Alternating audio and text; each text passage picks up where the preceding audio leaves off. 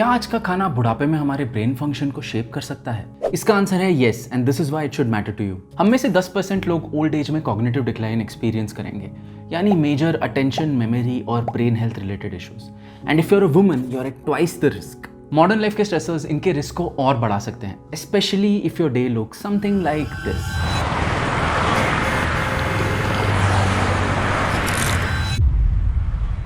इनमें से कई चीज़ों को हम कंट्रोल नहीं कर सकते, बट डाइट पर ध्यान जरूर रख सकते हैं। अमेरिका, स्पेन और ऑस्ट्रेलिया में हुई रिसर्च ये क्लियरली बताती है, जो एल्डर्स एक स्पेशली डिजाइन डाइट फॉलो करते हैं उनमें डिमेंशिया का रिस्क 20% और स्ट्रोक का रिस्क 35% तक कम होता है, even when you account for other things like physical activity और इनकम लेवल्स। ये 20% और 35% काफी बड़े नंबर्स हैं, इनको इतना लाइटली नहीं ले सकते। इतना ही नहीं, रिसर्च ने दिखाया है कि एक बेटर डिजाइन डाइट एल्डर्स में माइल्ड कॉग्निटिव इश्यूज को एक्चुअली इंप्रूव कर सकती है। तो ये बेटर डाइट एक्चुअली है क्या?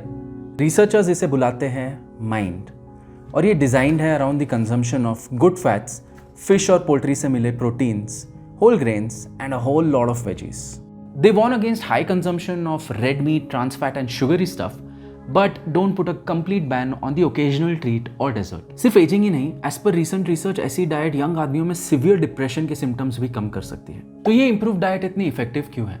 Because it reduces inflammation and improves nutrient absorption. Mainly because it focuses on a complete diet and whole foods approach rather than obsessing over single nutrients. जिसकी वजह से ये multiple nutrients हमारे body में complex form में interact करके और better health outcomes create करते हैं. And these outcomes should matter to us deeply because at the end of the day, humans are a bundle of our memories. The food we eat not only helps us create loving memories today, but also shapes their richness when we're all grey and wrinkled.